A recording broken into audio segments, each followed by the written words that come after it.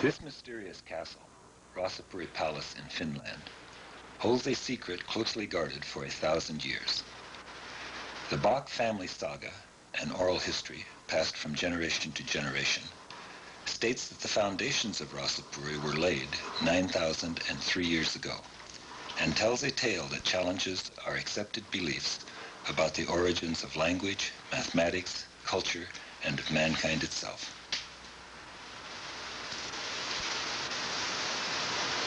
Michel Merle, a Dutch etymologist, has been hearing the saga from Eeyore Bach for the last 4 years.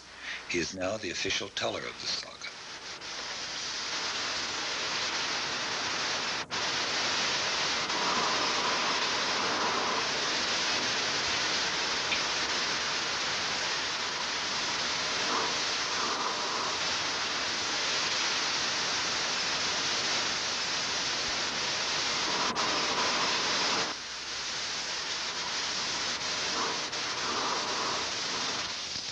Cliff Barber, an American, has been studying the logic patterns presented in the saga for the last 3 years. Simon Borg, an Australian genetic engineer, has been a student for 1 year.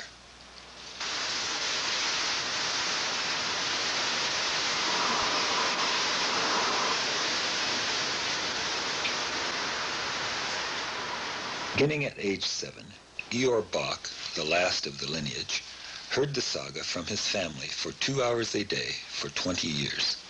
He was instructed to relate the saga to the modern world at the time of his mother's death, which occurred in 1984.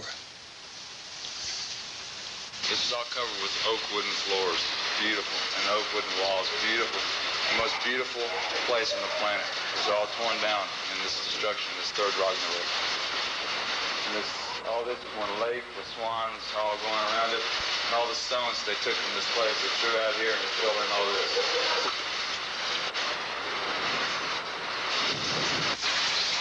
This place is called Rosapuri, and Rosapuri was the center of the breeding system rolling out from Uudenmaan. This place is about 70 kilometers west from Hell, and Hell was the North Pole before the Ice Age. Uden means the sun and Ma means land. So this was the sun land before the Ice Age. Hell was the center, and Uudenmaan had a diameter of about 250 kilometers. It was a ring land. Rosapuri was the castle of Ra and Maya. Ra was the first son of Lemminkainen, and Maya was the first daughter of Lemminkainen. They were king and queen and represented the moon. From Ra and Maya go out Rabbis, who are also Ra's knights, who are leaving from Uudenmaan to create the tribes of Baner, the people living outside of Uudenmaan who speak Baan language, today the Finnish language. Inside Uudenmaan live Aser. Ra and Maya belong to these two classes of people called Aser, who speak root language. Rosapuri was destroyed in the end of the Ice Age, which finished 10,003 years ago. So 10,003 years ago, Ra and Maya and all these Aser left from Uudenmaan to Gotland, one island south from Stockholm, where they remained for 1,000 years. They came back exactly 9,003 years ago to reconstruct this castle on exactly the same place. The castle itself was much bigger before, much higher. It consists of the form of a horseshoe, which is one of the symbols of Ra, the other being the rose. The front of the castle consists of one enormous tower called Ra Bel's Tower, which was about 2-3 times higher than it is today. And on top of the tower is an onion-domed clock, which was a bit elevated from the tower, so it could be used as a natural amplifying system. So Ra, he would be standing in the middle, and people around the castle could hear his voice, giving out information. They had one system of appreciation called Jehovah.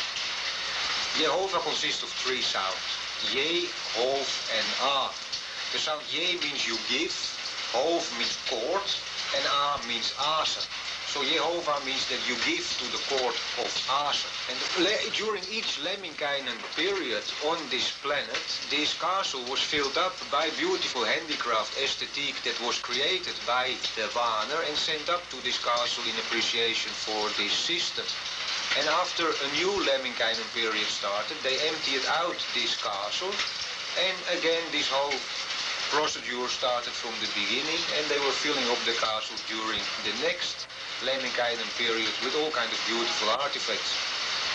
Now in the end they get so many of these artifacts that they have to create one storehouse for all these beautiful things. So about 30 kilometers east from hell, in one place called Gumbustrand, or in Vaan language Akampesan Ranta, they create the Lemminkainen temple with inside the Bok family treasure chambers, where they for each Lemminkainen carved out one chamber in this mountain, where they stored these beautiful artifacts, this aesthetic, and in front of each chamber they put one life-size statue in gold of each Lemminkainen. In the heathen time, we never died, because dying is one process. And in the heathen time we didn't go through this process of dying. You know, on that day that we couldn't walk anymore with the help of one stick. Yeah, so first you walk around here in the nature, and then when you get problems you take one stick. And now you are walking around with the help of one stick. But there also comes that day that you can't anymore go around with the help of that stick. So just before that you give message to your family tree, and now all these people are coming together, and then you share everything what you know with these people, that's what you want to transfer further on to them. But the two strongest men of the family, they make like what we call a gold share, which is when you put the two arms and two arms together, so you make like one cross, like one chair, on which this Akka sits. The Akka is the earth mother. So she is the highest woman on the planet. She is the woman from where all other people on the planet are coming from. Now, all the people, they thanked the Akka for spending time during the life, and now the two strongest men of the family, they may put the two arms and two arms together, so you make like one cross, like one chair, on which this Akka sits, or any old person who actually dies or goes away from the life. Now in that way, she was carried from here, from Akkampesa to Akkampesa's Ettestupa, yeah, to Gumbu's Ettestupa, and she was carried up there, so you didn't have to walk up there with the help of your stick. They came to the foot of Ettestupa, they turned her around, where everybody is thinking about the Akka who is going away from the life. So all energy goes in the Akka. And in this ceremony everybody is naked, because in the heathen time you was born bar and you die bar, so there was very barbarian people. Yeah? Now when she come at the foot of Ettestupa, all these people who followed her, they come, her family tree, come together in a half ring in front of the Ettestupa, on the backside of the Ettestupa. Yeah? And then these people, she can look all for the last time into the eye, and then these two men carry her up backwards to the top of Ettestupa. And when she comes on top of Ettestupa, she gets her stick, and now she has to stand on top of Ettestupa. If she can't stand there with the help of this stick, she is a shame for her whole family tree. Yeah, so you had to choose your day right, that you could still stand with the help of that stick on top of Ettestupa. So now she stands there, and here in front you had no trees. Then the whole this area was empty of trees, so here could be 10,000 of people in boats in the water and standing here on the land who were looking this ceremony, because Akka was going away. Yeah? The Matar, the mother to all people on the planet, she was leaving from the planet. And so it was a very big ceremony. On the sundial rock there is a sundial, and when this sundial points 12 o'clock, Akka is raising her stick. And when she raises her stick, she is standing on her own two legs. Yeah? And at that moment, everybody looks into Uden, into the sun. Yeah, and when everybody is looking into the sun, she lets herself fall backwards. And the story tells that you die on the way. You don't die when you hit the ground. After these two guys walk around at the stupa, and they pick up that the body, yeah, and they bring it to the top of Kypelivori, of Bear Mountain, and there they have been preparing one funeral pyre on which they put his body, and now they burn the body of Akka. In the end, they stand all around in one ring, this family member, and they watch how all the Akka disintegrate into ashes. Now, these heathen people believe that the soul is in the ash. And then they collect the ash and put it in the sack of that ox. And they bring the ash to the ash tree in Tuna, in West Uudenmaan. Here near Rasepuri is Tuna, what they today call Snappertuna, where the ash tree of this family is standing. And now the soul, according to the heathen people, is leaving from the ash and is being sucked up into the sap system of the tree, into the magla system that starts in the root. And from the root, through the magla system of the tree, the soul travels through the stem of the tree and goes into the branches of the tree, into the et of the tree. And from the et, it goes to the leaf. And from the leaf of the ash tree, the soul leaves from the leaf of the ash tree to the hole. The hole in Valhalla, which is this group, this hole in the stone, which is in this fundament on Valhalla, the exact North Pole before the Ice Age. And from the hole, it goes to the hole E. And the hole E is the penis of the bok, because from this hole E, when he transfers the seed to the swan, are coming out 12 sons and 7 daughters.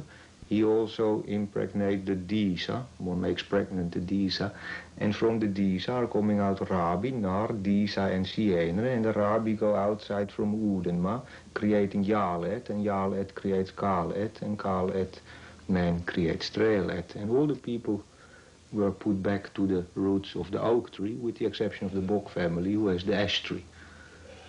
And in that way the soul goes round and round and round and round.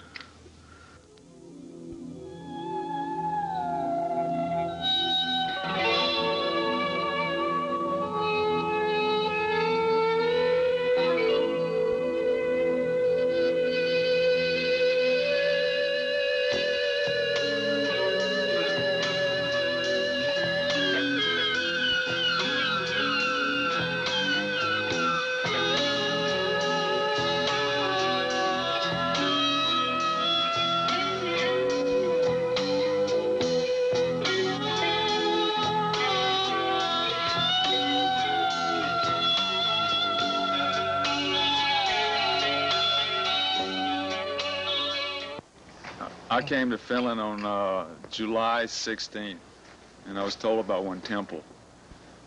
Before this, we heard there was some little pieces we were going to come dig up, but there was nothing about what was inside this. There was nothing about the temple.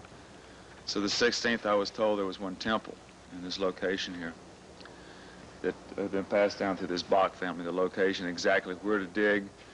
And we started to hear about this. I was there one day, and I started to come over, and I started the digging on the 18th, the 17th. And I came in with some buckets and a shovel. I thought we were just going to dig this up with some shovels and buckets. And we came over and started to dig between these 3 stones here. Now the Akka, she was the highest woman on the planet. She did her Ektastupa from the top. She would come down, she fell right in front of the door to the Lemminkainen temple. This is what we were told. And we understand that the Ukku, he does his inside. There's one spiral road going down, one golden street going down inside this planet. And he did his inside, and she did hers outside. The level of the dirt when we started was about right here. We started to go down as much as we could by hand. And for about 2 weeks, I guess we were just completely carrying these stones out, everything, but then we came to big stones, and we had to get some heavy equipment to get these big stones out. These people had brought stones from all around here to put in here. So we started by hand. We got to one point, we got to big rocks, we couldn't get it out. So we got the machines, and they started to come in, and it's been like one progression of one machine to the next machine, bigger, bigger, until finally we got down to these big, huge Shiva stones, these big square stones that they had put in the bottom of this hole to fill this hole up. Now, around these stones, we found like some flat stones covering the seams where the seams had been, where these big stones they had set down in here. I took one high-pressure hose and I started to wash the edges to clean this thing off, and some of these flat pieces started to fly away, and it exposed the seams of these big rectangle rocks in the bottom. At this point, we knew the only way we could go down was dynamite. So I talked to Eeyore. Eeyore said, go ahead, do what you have to do. So we started to put the dynamite. We started about where this level, this dirt is over here, and we started to go down, and about on this wall over here, I came to one place with a high-pressure hose, and we found what they call one held restring. It was like one checkerboard on the side of this wall, about 1.5 meters below this chocolate pudding line here. And it's 7 squares across, 5 squares down. 7 is Udin's number, and 5 is knowledge. That's what it represents, is one very old carving with stone. Off to the side, about a few inches from this, is one arrow, perfect arrow carved into the wall with one point on it and everything like that. And it's all about the same level as where this stone is here, this kind of shiny stone that comes right out from there. It's covered with mud right now. And then we came down and down and down until we came to this crack here. We didn't give it so much of a thought here right at first because we thought this temple, we knew that she fell in front of the door, but we thought this opening would go this way. And now, as it seems, this is the doorway here.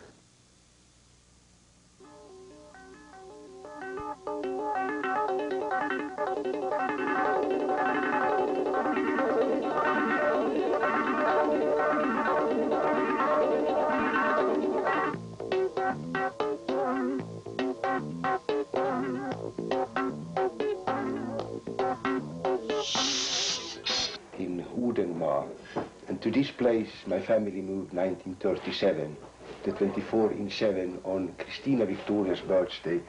This lady, she get 80 years old and they had a big party here, and from that date we count that my family has been staying here in the Bock house.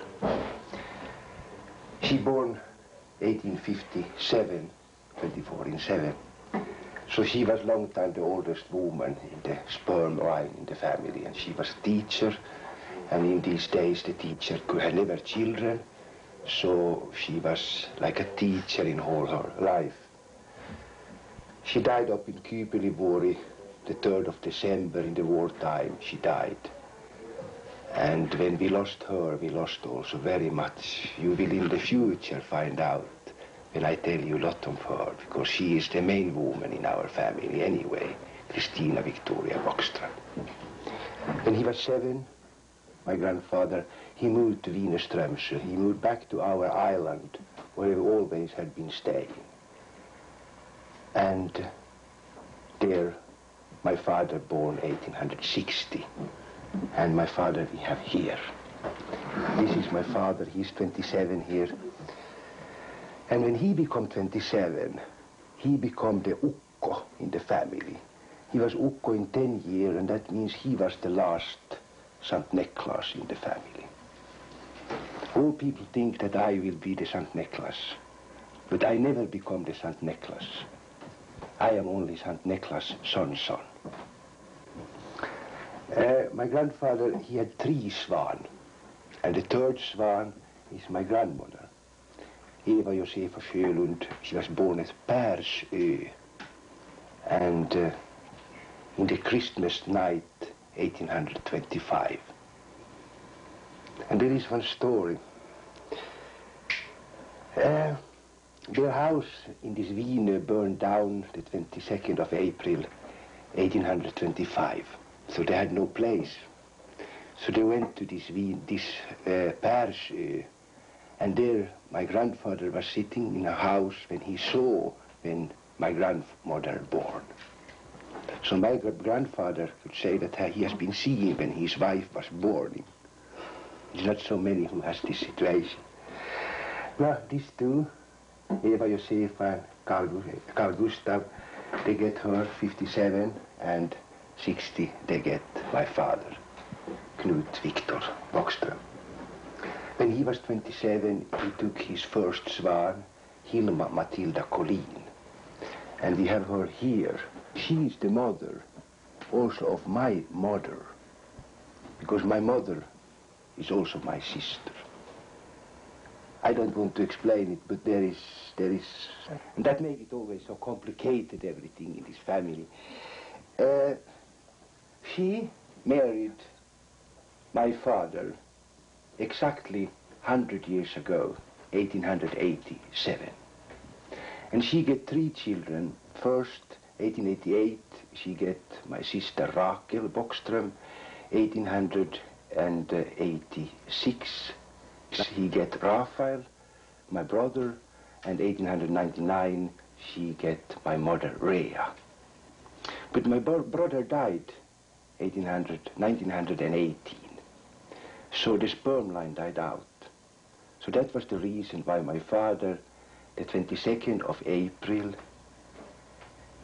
1941, on my mother's 42 years birthday, he put in his sperm in his own daughter. And after 9 months, the 17th of January, 1942, I jumped out. My father baptized me. And after that, 5 weeks after, he died in this corner. He died here, my father, the 11th of May, 1942.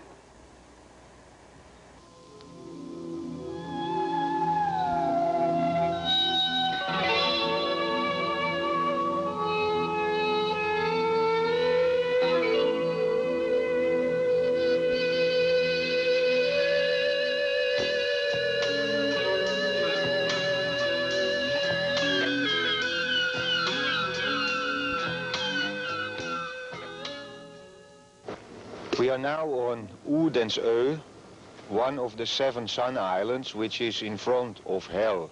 Hell being the North Pole before the Ice Age.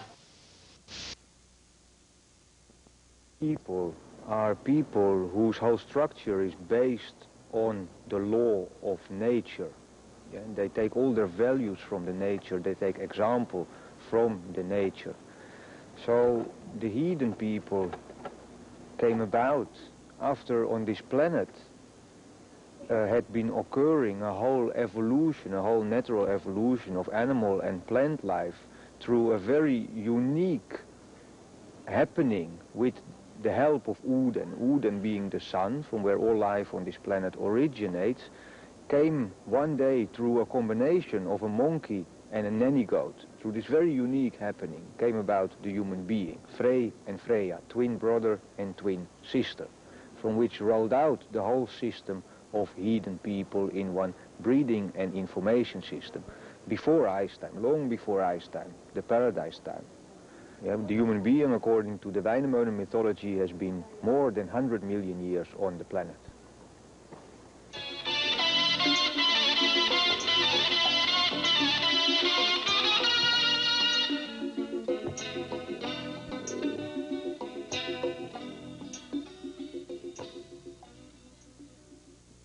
The beginning, the Ma pole, the May pole, and Ma is the earth and the pole is the axis. So the May pole is actually the earth pole. So today we have the North Pole and then the axis like this, but in the beginning before it fell over there was only one pole, one May pole, one Ma pole. These people used to dance around the top of the world around this axis. So this May pole is like one pole, and at the very top of this pole is one ring of land with the sun sitting like this, and as the world turned like this. And the sun never went down and made one golden ring around the top of this world. And this area of land at the very top of the world is like this, looking down. And it's one ring of land 250 kilometers across at the very top of the pole. Now the axis is the pole, and in this alphabet, this letter P represents the ring. Like we have to find this pi, this P, to find the circumference of a ring. You also have to, one little round fruit thing we eat is a pie, and one little round vegetable is a pea. And we have one American house called the TP. It's one house that comes from the ring. So the P is the ring, and the axis of the world is the pole. So the P is the ring, the axis is the pole. The P pole come from the P pole. We all come from the top of the world, from hell, and we came out like this. We are the word people. P is the sound P, U is Uden, and pole is pole. We are the P Uden's pole, and we come from the P pole. And no one's more holy than anybody else. We're just people. Everybody on this planet comes from this Valhalla, this island in front of Helsinki. They call it Valhalla today. We start this planet with the tropical life. Yeah, we had before all tropical life and tropical people, and in this time we have two languages, the Aas language and the Baan language, or the Root and the Finnish language, as we would call them today. Under the ice time, in Atlantis period, we are getting completely different circumstances on this planet, which required a new language, the English language, which is a combination of the Root and the Baan language. Because of a natural phenomena originating in the Gulf of Mexico, when in that time all hot water from the Gulf of Mexico was coming across the Atlantic Ocean, shooting in through the English Channel, which made it go north and ends up in the Gulf of Oslo, where all this hot water can't go any further, and from there it rebounds between where is today Malmö and Copenhagen and hits the north coast of Germany at about Lübeck, from where it can't go any further, and rebounds straight northeast into the Gulf of Finland, where it can't go any further at that place where today is Leningrad. This hot water starts to turn back on itself within the Finnish Gulf, and that made that the center of all this hot water, the center of this rosette of turning water, is straight in front of hell, straight in front of the Seven Islands. Now all this hot water made that Uudenmaa remained free from ice. When outside there were kilometer high ice walls going down to the Alps and the Pyrenees in one ring around this planet. So all the hot water coming from the Gulf of Mexico, all the hot water made that Uudenmaa didn't freeze.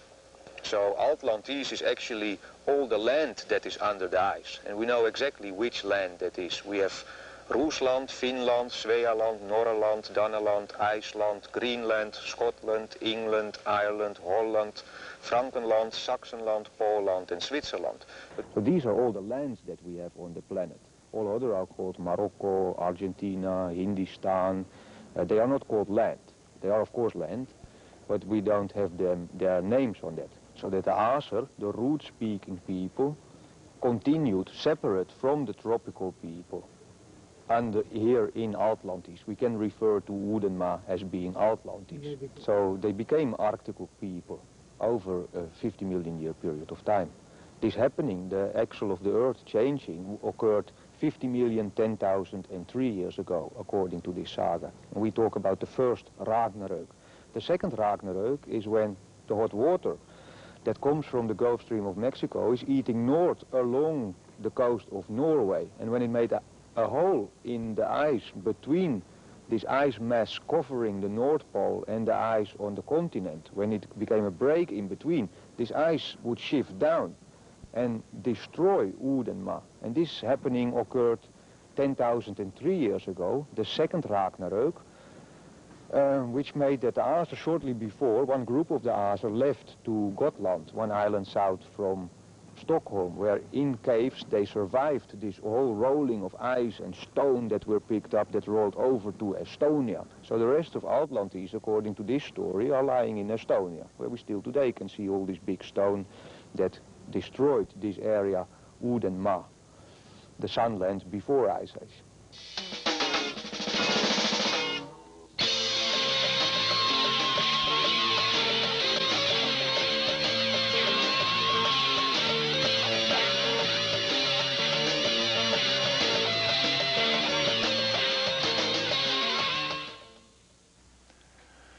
In 1985, I spent the winter in India, in a little colony territory called Goa. And then in the spring, in April, I heard about the Buck story, the saga from hell, and I met with Michelle, who was telling the story. And when I heard it, I realized that there were several connections with various studies that I had made in my past with the Kabbalah and other aspects of comparative religion and symbology. And so I kept listening to the tape that I made over and over and over to amplify these connections. And about 2 weeks after I started doing that, I realized that it would be necessary to make drawings of this, to actually take a compass and make a circle and start drawing some lines. But at that time I had no compass, so I had to use peanut butter cans. So I did this, and I was so excited by it that I slept very little during that time. Then, after about a month or so of making these drawings, I decided that I actually had to make the shadows, to go outside and to put up a pole and make shadows, which I did. And the drawings continued to expand. Then in September, I took these drawings which I had, and I came here to Finland and met Eeyore. First time that I'd actually talked to him, though I'd seen him many times and go and said hello, but the first time I'd actually talked to him. When he saw the drawings, he realized immediately that they were similar to the drawings that his aunt Raquel had used when she was teaching him the saga, but part of the information which he had never been taught. At that time, we decided to start working together with Michel to take this message to the world, which I felt was extremely important, perhaps the most important source of information available to the Western nations and eventually the Eastern nations since the year 1050, when, of course, hell was destroyed by the Swiss soldiers of Pope Leo IX. So now, let's take a look at some of these drawings.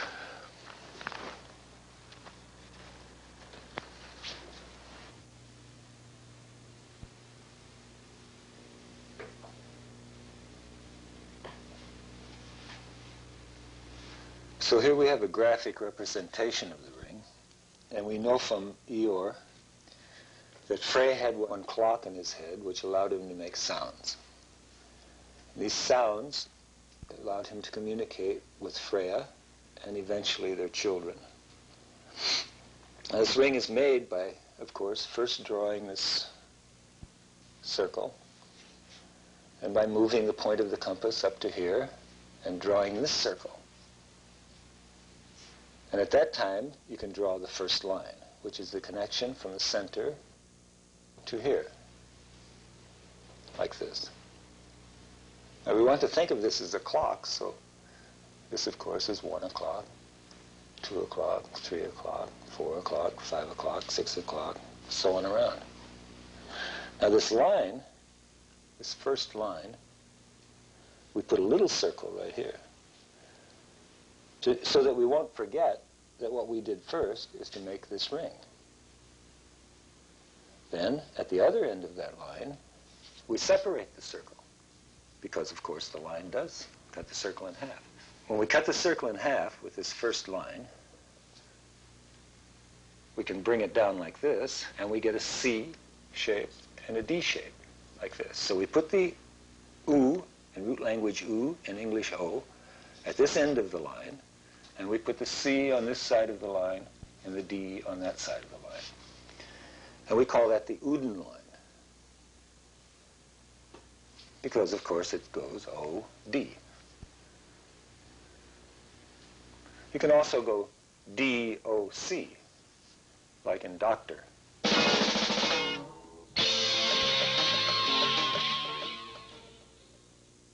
So the saga tells us that we need to put a pole in the center of the circle. So if we go outside and we draw a circle on the ground and we put a pole in it, in the center, then as the Earth turns on its axis, the shadow will turn, and we get this origin of the way to keep time, which we then put these numbers around to make a clock.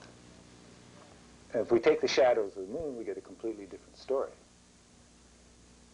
So now this C shape and this D shape look like quarter moons. So now here we have this circle with the pole in the center, and we have identified this point as the point of Scorpio. So now, in Scorpio, which is roughly October 23rd, when the sun moves into Scorpio, if we go out on the quarter moon closest to that timing, and we take the shadow line, we'll find out that this Uden line is exactly north and south. We can see the North Star if we stand at this pole and look over the tip of it, right above it. Now this is also 2 o'clock, this point of Scorpio. And in America, we have this holiday on the second day of the second month, which we call Groundhog's Day. And this groundhog is coming out of his hole and looking at his shadow. And then if he sees it or not, we get 6 more weeks of winter. So if we do the same thing on February the 2nd, then we'll get a shadow line. But that shadow line will be east and west at 5 o'clock and at 11 o'clock. So we continue to make these shadow lines using the sun and the moon. And eventually we end up with this kind of a drawing. Now in doing so, we're able to arrange the letters of the alphabet, as it tells us in the Bach Saga, in a ring, which we'll talk about in a different drawing. And we want to deal first with this Ah. Ah means Asser in root language, and the Asser are the people who live in Asgard, inside of this ring in Udenma, land of Uden. Now if you take this particular side of the Ah, and you take this line on down like this, you can see that it comes right to this point here, which is right in the middle of the N and the M. Now, we know that the M means moan in root language, moon in English, and that N means Nordstjerne, North Star, which signifies knowledge. So this left leg of the Ah is concerned with moon knowledge. Now we can take the right leg and we can come down with this line right here, and we come to the top of the F. And the top of the F, of course, meaning fro, seed or sprout, and also Frey and Freya. So it's one of the functions of Frey and Freya to learn this moon knowledge. Now, the cross of the A is going right straight over here to the R, cutting this bottom part of the R. And R means Ra, and Ra is the ruler over Vana. And Ra is using the moon, these shadow lines from the moon, for his directions.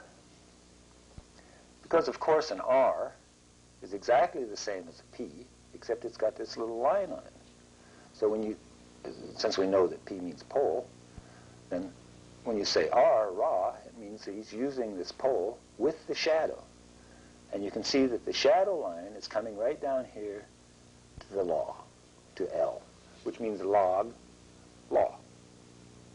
So Ra is determining the law of the Asser by using this pole, sun going around the pole, making these shadows, and consequently giving this development of lines. Now, touching the A, the Ah, in root language, is the B, English B, root language Bay, and the meaning of Bay is Borg, castle. It's also Bjorn, bear, and Brost, meaning breast, like the woman, but the woman's breast. You can see that looks just like a breast. So these Asser people in their castle at Rasapuri are going out there and looking at these shadows and determining the law. I Assernas bori, ser dagen, ekkens frös grund, hell. I jarlarnas kallarnas lag, månen, Nordstjärnan, Uden, Polen, kvadrat. Ra, sol, tor, ursprungets banarnas I. First of all, in the As people's castle, you see the day where the oak tree seeds the ground. Hell. This is home here, because it comes from hell. It's where the seed of all life is coming from hell, right? In the Jarl and the Karl class of people's law, you have the moon, the North Star, Uden, the pole, and the quadrat. Now, Ra is also a symbol for the moon. Ra represents the moon. So the moon and the sun are tours. Because, yeah, Ra and Sol are tours. And the origin of the Van people is in the As people's castle, which is in the center of hell. It's right from hell where they're all coming from. Yes. Now, this is only some of the interpretations you can read into this. There's many more as you start realizing the links with all these sounds with the rest of the sounds in the world today. Wednesday is this original day for Uden's day. So in Swedish, Wednesday is Uden's day, is Ornsdag. In English, it's Warden's day, Wednesday. Yeah, the same god, Warden, Wedden, you know. And in French, it's Mercredi Day. In the mythology books, Mercury is the same god as Uden. So if you look in Japanese, the symbol for Wednesday is the same symbol they have for Mercury. So the connections go all over the world. And the same is true for, Thursday, of course, is Thor's Day, Torsdag, and that applies also in Japanese, because in Japanese, Chinese, and Korean, the symbol they use for Thursday is this symbol for like agriculture. And of course, Thor is the heart friend, the Thor friend of the farmers, because he's the thunder god, the thunder god. It's Thursday is Donnerstag in German, yeah? Donner means thunder in German. It links all over the world. I mean, this sort of link is not something which, it's very, very old. Very, very old.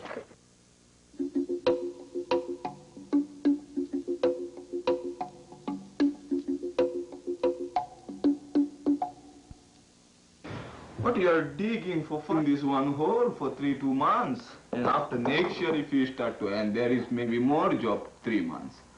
And after we are finished completely. Then we go in tonight.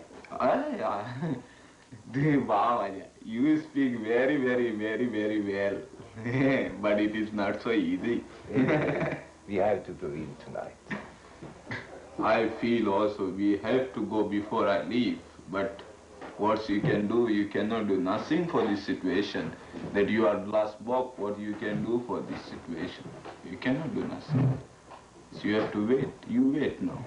It's nice to I've been waiting all my life. Hakullinen, he been making is kullinen in Finnish language means something really heavy. Nen, kullinen. He has been going through mountains, this guy. Because he was trusting on my parents. He know these details what we based this digging on. He been coming many times and asking and listening. So he's going through the mountains to let us go in.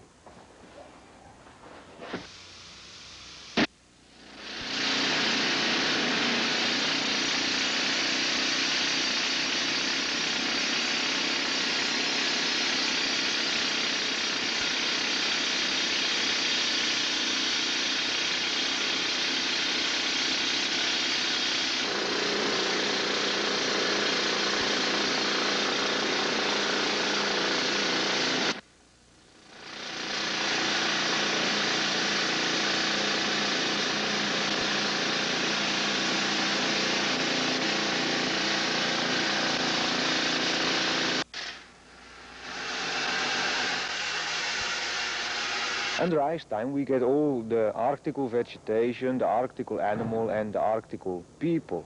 And from this Arctical animal, we are getting this domestic animal which we were using for the human being. They serve the purpose to help the life of the human being on this planet.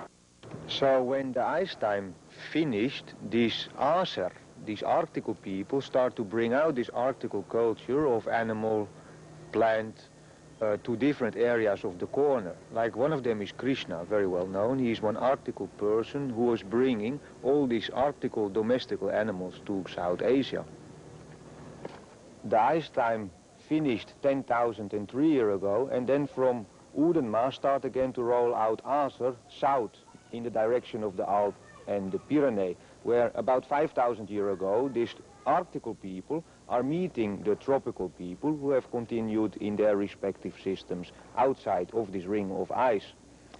Now later on we are coming to one period about 937 years ago, the year 1050, when through all kind of happenings, changes in the history and the pattern of how these people, which were before rolling from one point to every corner of the planet with one breeding and information system, the information and breeding system is changing everywhere around the planet, and we come to one happening, the year 1050, that destroyed Udenma. All these Aser who were living here were killed.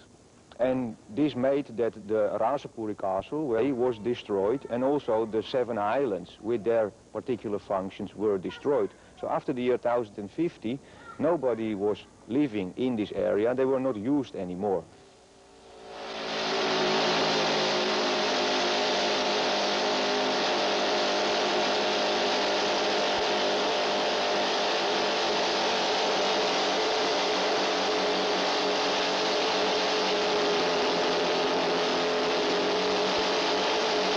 So after the year 1050, nobody was living in this area. They were not used anymore. This saga remained within the family, and this area started again to become livable around the year 1550, when the Swedish king Gustav Vasa is building a new town on the old Hell, Hell being the North Pole before the Ice Age. We can now talk about Old North Pole. We are right now at the Old North Pole. Gustav Vasa starts to build one town called Helsinki on the old Hell. And 1750, to celebrate that Finland is now 700 years part of Sweden, these people start to build on these 7 islands a fort called Sveaborg, the castle of Sweden, built by Augustin Ehrensvärd, who built this castle over Valhalla, the fundament that was not destroyed in the year 1050. And he made this beautiful place around here, a fantastic handicraft town on the 7 islands. On this ring of fire, he built these 2 half-ringed houses where only one is left. On this side, half of the castle has been destroyed in the bombardment 1854 in the Crimean War, when the English and the French came over in the battle with the Russian people, the Crimean War. Which made that we have not so much left of this area today. It was beautiful in the 18th century, but when the Russian period started, and after this bombardment, most of this area, these 7 islands, has undergone big changes. So we don't have a really clear picture at the moment of how it looked like. We can't see it, but we know from this history how it looked like.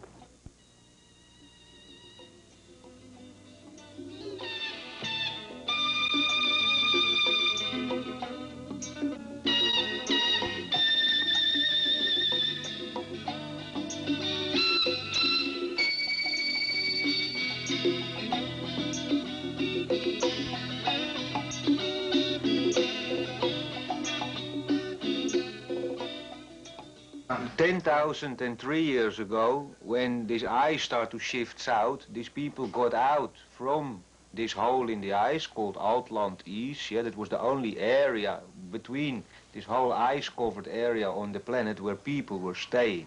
So they moved out to Gotland into caves, which you find on the northwest coast of Gotland. It's called Lummelunda caves. They stayed there and they moved in, and then there comes this 3-month period, 10,003 years ago, where there occurs this break in the ice through the activity of the Gulf Stream coming from Mexico, eating a hole in between the ice, covering the north part of this bowl from North Pole up into the continents, which make that this ice start to shift south. So they got out and stayed there. Now after that they stayed 1,000 years on Gotland. So 9,003 years ago, this Aser moved back to Oudenma to again reconstruct Oudenma with Aser inside and Banr outside. That's also the date on this foundation stone from Rasepuri, right. This castle of Maya and Ra and Maya. Right. Yeah? So 9,003 years ago, they start again to occupy this area and create Banr outside, because now the ice have been receding in this 1,000-year period, so they could put people in all this area. So again, tribes are going out in this direction from 9,003 years ago. But 2 had been jumping out. 2 brothers from this Aser system in Gotland had been jumping out. One is Dan and another one is Sven. Dan, he goes to Denmark and creates one area there, and Sven, he creates Sweden, where we get one king system called the Viking system. Yeah, so they change in the system. So basically that explains that we have 3 races of white people. Right. We have this original one going out from Oudenma, but there is also these 2 who jumped out, Sven, who makes his system in that area where today Stockholm is, or in Uppsala actually. In Uppsala he makes his system, and Dan creates it in Denmark. And from Sven are going out people to Norway, and from there over to Iceland and to Scotland, and from Dan are going out people to the middle of Europe, and come in the end in the form of Anglo-Saxon over to England. So this Dan and Sven are the West European people. And this pirouette system running from Finland is the East European people. And the border is in the middle of Europe, between the original in East system and these two brothers who jump out in the West system. So they start this Viking period here, which is of course very much based on the mythology coming from this Udenma system. So no, they got this whole thing happening, and all of a sudden, two brothers break off out of this system and begin a whole new thing, and obviously changes all of history. They make two new et, we call it, like it's pirouette, it's an Udenma, that's the oldest one. And it become linga et, ynglinga etten. From linga et is this Uppsala guy, Sven. He make linga et. And Ynglingaetten died out first 1061, when the last member of Ynglingaetten called Emund den Gamle and his crown prince Anund went to the Ättestupa. 1061 died this et out. And then he make Paul et. And Paul et later on become Oldenburg. And later on from Oldenburg it come Oldenburg. And the last queen of Denmark today, she is born from the Oldenburg sperm. From Dan. From Dan, in one straight line. From 9002. The sperm system. So 1061, when Ynglingaet die, because the king and the crown prince go to Ättestupa. When you kill only the king, the crown prince can continue. When you kill the crown prince, or when the crown prince go away, the king can still make something. Yeah, so you can continue. Or you can take the second son. Or you can take the second son. But when the king and the crown prince went to Ättestupa, Ynglingaetten die out. So in that time they split up Polet, this et from Dan, in three called Oldenburg or Oldenburg before, Brandenburg in Berlin, and Gottorp in Lübeck. Yeah, and from these three families are coming all article king on the planet. But Gottorp has died out, Brandenburg has died out, and Oldenburg has only one female coming from sperm of Paul et. So there is no masculine anymore. Didn't the Vikings come down and do battle with the Roman Empire? That is first later on. They never make battle with the Roman Imperium. They made... No, they went all the way down also. They went also all the way down. But this is first much later. So 400, they take over, the Danish Viking take over, and they now make the business system up to the year 782, when the Swedish take over Gotland from the Danish. Now in the meantime, this church, because Roman Imperium had been collapsing, is moving up through Europe. 762. 862, sorry. 862, the Swedish take over Gotland. So when now this church start to come up, the Danish and the Swedish Viking, they get very nervous on this church coming up, because they know when the church catch them, they will take over the business. Right. Yeah, so in the year 789, the Vikings start the first attack on these already Christianized areas in Europe. In the first place they went was England, 789. And the second expedition they make 845, when they are going down to Paris and destroy Paris and rob a little bit gold and silver from the churches. But we know everything about Viking period, but we know nothing about Weinemonen mythology. It has been completely hidden. After the church came up, the year 400, the Roman Empire collapses and the church take over. Now pretty soon you get two directions in the church. One is called Roman Catholic and the other is called Greek Orthodox, which are working their way up. Yeah? Right. So by the year 987, the ruler of Rusland, of Russia, he is going over to the Greek Orthodox system. What make that whole Rusland become Greek Orthodox? And the year 1007, the church has been coming up so far, 1008, the church came up so far into the north that Sweden, the Swedish king, joined into the Roman Catholic system. So now there was only one original heathen system of this article people left on the planet from the beginning. Now, 1050, they destroy Udenma.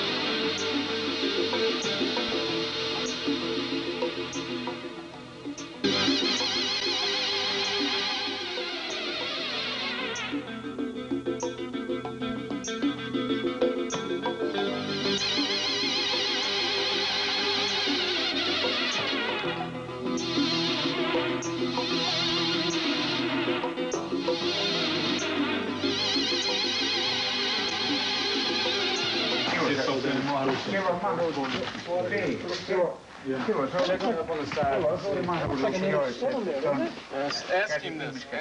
Get him to look at this. Is that another stone there?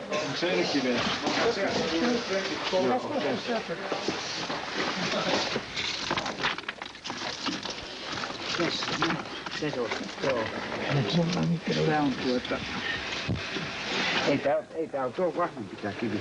Ei ole vahvempi. Ei, tämä kivi. Tää loppuu tohon. This stone stop in this. Joo, tää lähtee kaikki tätä myötä pois. Siinä on ihan se... Put in here. Joo. Yes. Ja sit siellä on toinen kivi takana.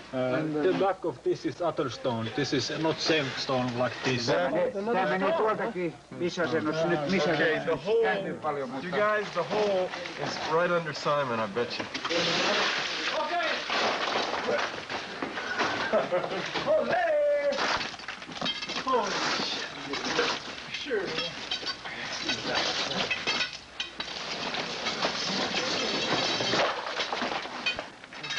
See this? Look at this. You got another joint, man, right here. Like that's about to come out of me. Another, more clay. More clay right More there. clay right here. These stones are like mortared in place. We have this fine clay here, a layer of stone, fine clay, a layer of stone, fine clay, a layer of stone, and clay mixed with rapakivi. I can just sit here with a pry bar and knock these pieces out of here like little bricks in a wall. Now, how does the clay get itself in all these places? And it's packed in on the sides. It's just everywhere. Look at this. It just scrapes off of here. You know, clay. Real fine clay. And it's like so unusual.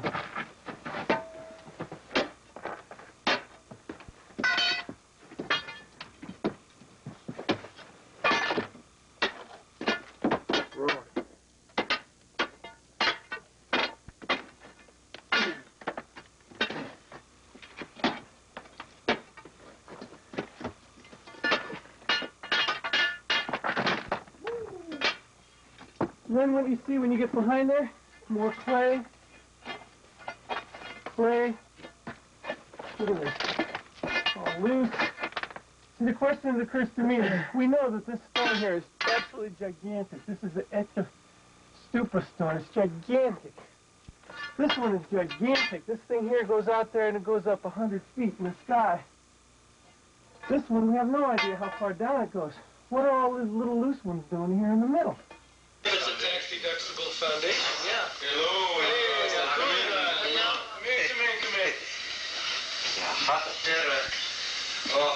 He said he's been drilling holes in there, in the ground, and he said it's got completely soft inside. In front of this rock, where you are now. Mä en tiedä, missä sitä save oli. Just siitä. Where this mud was. Well, just now he's been in the last 20 minutes? Joo, siitä. Oletko täällä just viimeinen 10 minuuttia ennen kuin amputtu koko juttu? Joo. Ennen kuin amputtu? Sä teki sen joo, silloin. Before he blew up the thing, he has also been making something in the floor there. Mm-hmm. Oh, yeah. Were you there? No. Yeah, I was there. Floor, and he said it's go completely soft down. Yeah. Rammotti siitä montun pohjasta. Below. Siitä nyt se on pohja. Okay, he said the first one was 1.50 meters thick of this stone plate. He said the whole thing is not normal, you never find it anywhere. It's not possible, he said they are completely clear-cut stone. The first one 1.50 meters thick, the next one was 1.20 meters thick, and now there is this third stone. Nice, when you are in this, he said that is also different stone than from this bed. All this stone is different from the bedrock. So that's also a possible Shiva stone then? It can also be one Shiva stone, but you think we have to go down? Yeah. Oh, that's so nice. No. Joo, se voi kasvaa näin. Joo. Siellä oli tommonen rakoset täällä. It on rapakivi under this first Shiva, yeah? It's going down in this way. It's sliding down. So we're making one floor in order to push in this stone there, yeah? To make them fit. Because he said all these stone are made because they can't have this form find this form just like that in the middle of one enormous rock with all this clay and rapakivi in between. He said that about the clay and rapakivi? Yeah, it's not possible in this mountain. And he know from the floor that it's going down like this. So we have to go down. We don't have to go so much forward. Under this last stone where he has been drilling now, yeah, it's go down a little bit in this direction. So it looks like it's go under that stone. Yeah, hold this. Right. Let Rick get in here. Okay, Rick.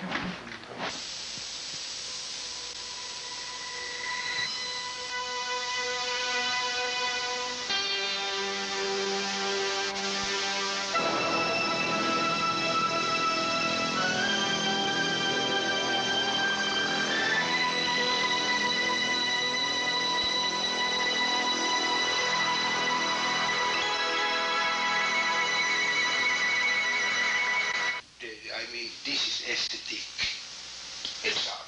This is one aesthetic in that way, that when you make something what is really, really so beautiful, so made with all this emalli and everything, the biggest thing actually, cloisonné it's called. I mean, nobody wants to destroy it. It will go on for generation to generation to generation. That's called aesthetic. Mikä ihminen tänne toista, kun siinä on niin suorat seinät kivissä.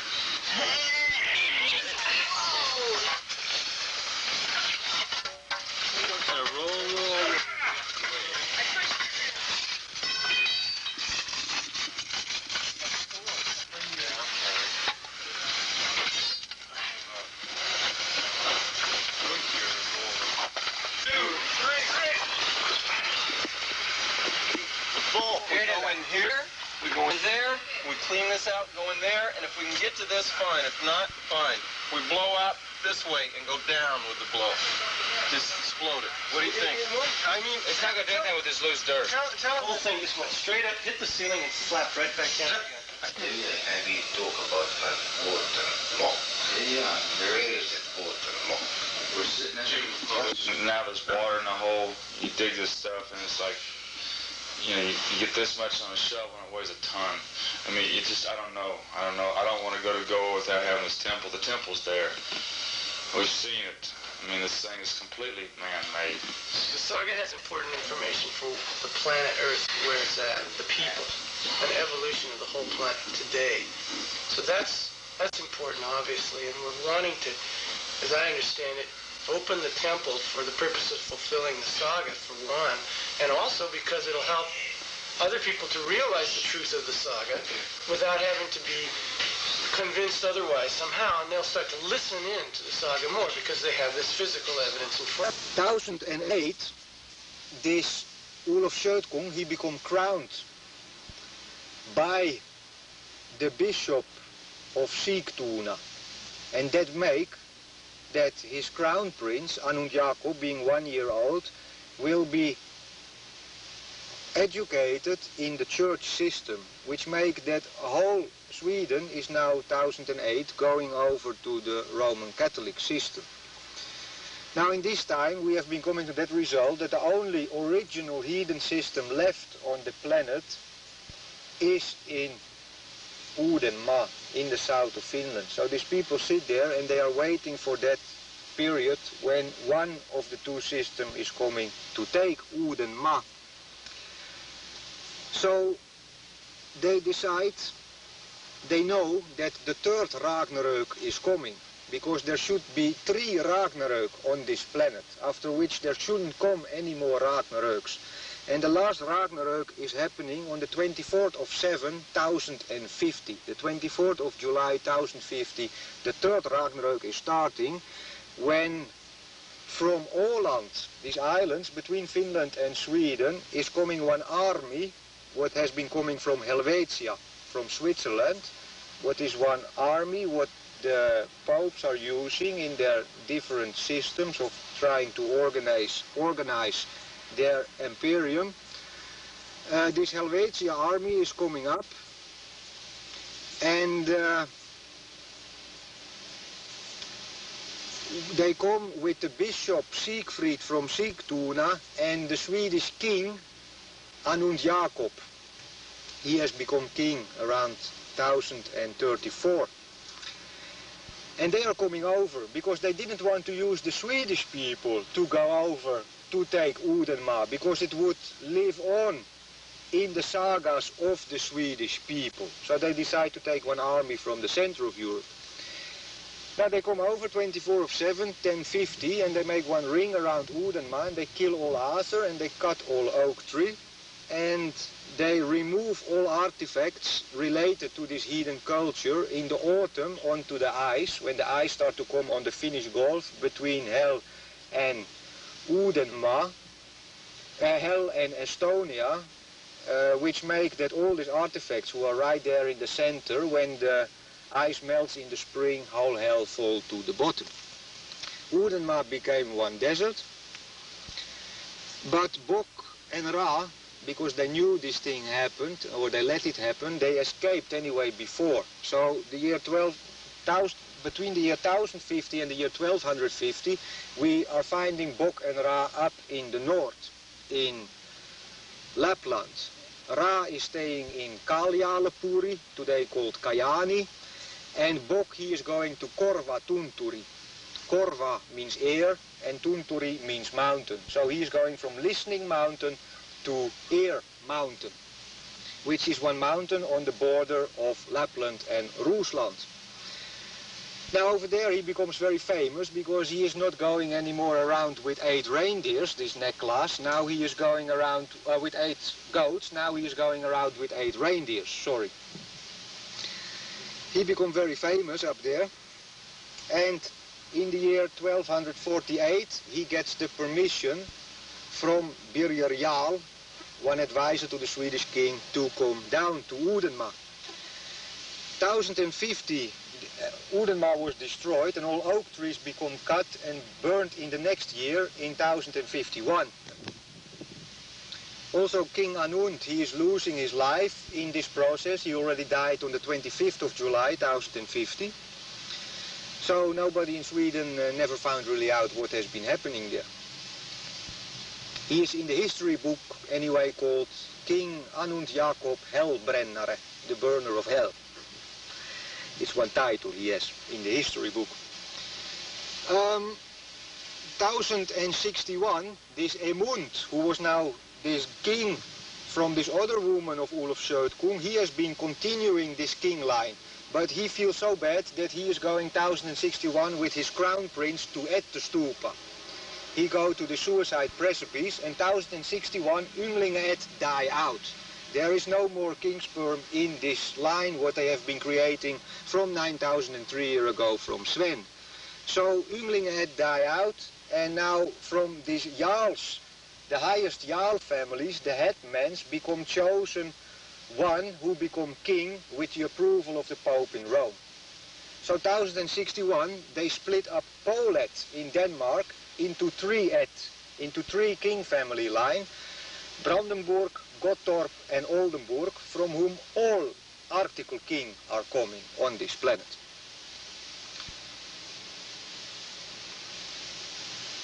They start 3 crusades in the north. One is starting in 1157, the first crusade, where they go into the west part of Finland, where they tell people that if you don't go to church every Sunday, we kill you. So they was intelligent people, and they went every Sunday to church.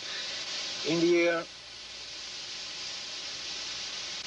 the next one was in the year 1248, when they go over to the middle part of Finland and do the same thing, and in that way also make this agreement between Ra and Birger Jarl that this Bok can move down to Uudenmaa if he don't talk about this story. And they shake hand on that, they give word on that they will not talk about this story up to the year 1984. Also, the third one was in the year 1293, where Thorgil Knutsson is going over on his last crusade, and then they had been kind of organizing the whole of Finland in this Catholic system. Uudenmaa was a desert, all trees burned, there was nobody living in a long time, but after 1250 Aser start again to move back. Those who had been escaping from the forest start to move back to Raasepuri, which became destroyed, but of which the ruins are still standing there today. That castle to which the foundation stone has been laid 9,003 years back. 1066 they use all these people who have been swimming out to the island, because the Swiss people, they couldn't swim, the Swiss soldiers, they couldn't swim. These people, this Arthur escaped to the islands, but 1066 they collect all these people and use them as rowers in the Battle of Hastings in England, where these Viking people tried to make their last stand against the church coming up to the north of Europe, but they didn't succeed. 1250, Bok and Ra moved down, and they decide to split up the family in two. So if something goes wrong within this agreement they have been making, part of this saga will be left within one of these lines. So 1250, Ra for the first time is taking one woman. He is marrying in this new system that is there. So they create two families, one Bok-ström and one Ra-ström. One stream of Bok and one stream of Ra. Where now Ra-ström is moving to Wiener and Bok-ström is staying on the mainland. So everybody is thinking that Bok, he's always been staying on Wiener, so they think this Ra-ström is this original line. The reason why later on Swedish king families have been taking girls from there in order now to get this royal blood in their system. But it has nothing to do with blood. The father to Gustav Vasa, Erik Johansson Vasa, he is marrying with one Cecilia Moondotter, of Eka, of Oak, as she is called in the history book, and from them come one son called Gustav Vasa, who become king 1523 on the 6th of June. On Gustav Day he make himself king of Sweden, and he is getting with his second woman one crown prince called Erik Vasa, who is becoming the first crown prince, because his mother is coming from this Eka. It gives this royal touch to it, so they are making for him the first crown again, because in Sweden has been up to that date these Jarl families, who one of these headmen became king under the Pope. But 1527, Gustav Vasa is throwing out the Pope, and he takes this 10% for himself. That make that 1540 he is going over to Finland, and he asks from this Ra on Wiener if he can get Raasepuri, this castle. So he become like a legitimate king to this system. And he gets this castle, which become, where is already this town has been created again, this Tuna town. But 1546, Gustav Vasa is burning down this town, and in the same time creating one other town called Eknes, Tammisaari, where all these people from this ruin area of this castle now have to move. And 1550, on the old Hell, 500 years after the destruction of Hell, 1050, on the same Hell he's building one new town called Helsinki, where now all these people from Eknes have to move to Helsinki, and from Raumo and Porvoo and different places, from Ulvila, they have to move to Helsinki in order to populate this place. In that way he could get out from the book that these people are coming from Tuna. So Tuna, it's not even known anymore today. It's called Snappertuna today or something. 1675, up to 1675, the zero line on this planet, the zero meridian, was going through Valhalla, through Helsinki. But 1675, the Dutch sold it to the English, who put it exactly 1 hour from Valhalla time and call it Greenwich time, or Greenwich time, what we are living today. So from 1050 to 1809, Finland is a part of Sweden. And from 1809 to 1917, Finland is a part of Russia. So under this Russian Tsar, when he starts to build on this old line, this Alexander Nevsky Cathedral, they flip in England. So they come with the French army and boats up to Helsinki, and they throw 1 million kilo of bomb on this castle, where is this fundament where, according to this story, all the soul of the people on this planet is going.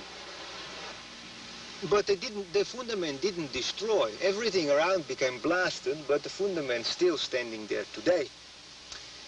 1917, Finland became independent. On the 6th of 12, on some Neklas day, Finland became independent. They get this from Lenin. They become made independent. And then this Finnish history is continuing by itself up to today. But anyway, on the 3rd of March 1816, in this Bock family become born one twin, two sons, where the first one who came out get the name Carl Gustav Bockström. And he went together with the first girl born in Raström family, who got the name Wilhelmina, Gustava Wilhelmina, born 1822. They married 1841, but she died straight after they married. So he married a second time, but with this woman he didn't get one daughter in one Asernas year. Also she died, so he married a third time, and in 1857, one Asernas year, he gets with this third girl, Eva Josefa Sjölund, his third swan. With her he get one daughter, Kristina Wisturia Bockström. 1860 become born Knut Wiestur, who married 1887 when he was 27 years old with Hilma Matilda Kulin, and with her he get first one daughter, Rakel, 1888, one son, Rafael, 1896, who should become the Shiva when he is 27 years old, or when his son would become 27 years old, and he get 1899 one daughter called Rea. But on the 1st of February 1918, Rafael became killed by the Reds in this confusion of civil war raging in Finland. So now there was only this Knut Wiestur with his sister Kristina Wisturia, a very important woman in this story, and their two daughters, Rakel from 1888 and Rea from 1899. So now they started 1919 on one boat to transfer all this saga, what they had already been doing from when each of these girls became 7 years old, but starting all over when their brother Raphael died. They started from 1919 to 1939, 20 years more to transfer this saga to these two girls.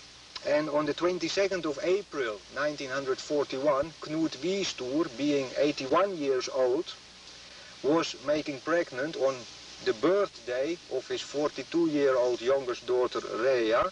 He made her pregnant, and on the 17th of January 1942 came out this Iuden Ra, this last of this Bock family. 4 months after, Knut Wiestur died. And already 1.5 months before he come born, Kristina Wisturia died.